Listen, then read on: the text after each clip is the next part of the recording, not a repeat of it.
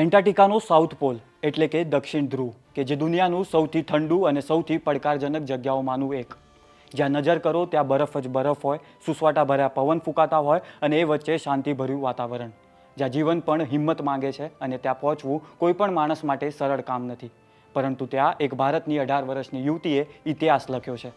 નમસ્કાર, તમે જોઈ રહ્યા છો જમાવટ અને હું છું આપની સાથે દીપ રાવલ.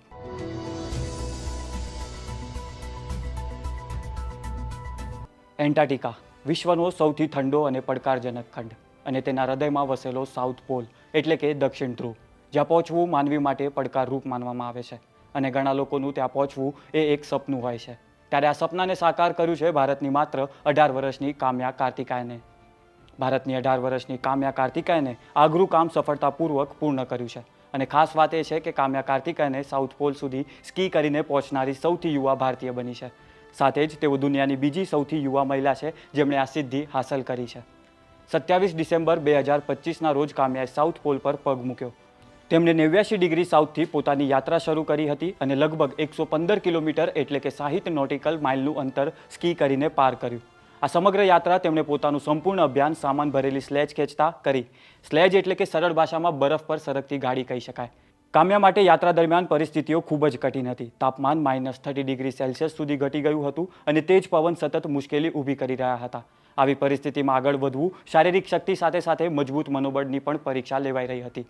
આ સિદ્ધિ પર ભારતીય નૌસેનાએ કામ્યાને અભિનંદન પાઠવ્યા છે. નૌસેનાએ એક્સ પર પોસ્ટ કરેલા સંદેશમાં જણાવ્યું હતું કે કામ્યાએ -30 ડિગ્રી સેલ્સિયસની ભીષણ ઠંડી અને ગેલફોર્સ પવન એટલે કે ભયંકર તેજ પવનોનો સામનો કરીને 89 ડિગ્રી સાઉથથી લગભગ 115 કિલોમીટરનું અંતર પગપાળા પાર કર્યું છે અને 27 ડિસેમ્બર 2025ના રોજ સાઉથ પોલ પહોંચ્યા છે.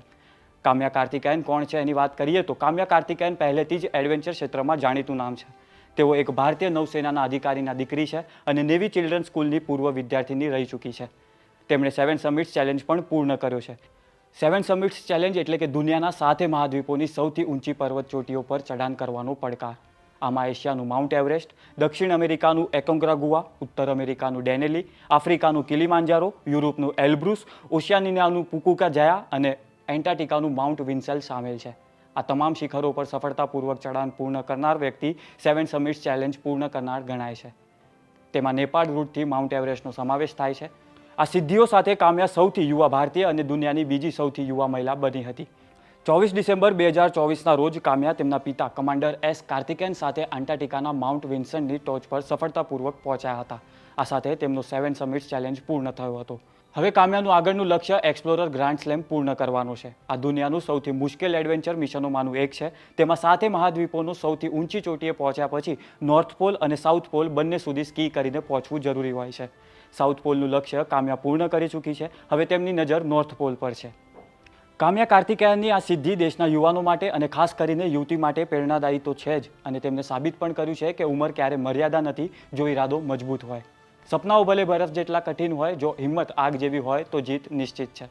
તમને આ માહિતી કેવી લાગી અમને કોમેન્ટ્સ કરી જણાવો અને અમારી ચેનલને સબસ્ક્રાઇબ કરો અને નોટિફિકેશન બેલ આઇકન પર ક્લિક કરવાનું ના ભૂલશો જેથી તમને અમારા નવા વિડીયોના નોટિફિકેશન મળતા રહે. નમસ્કાર.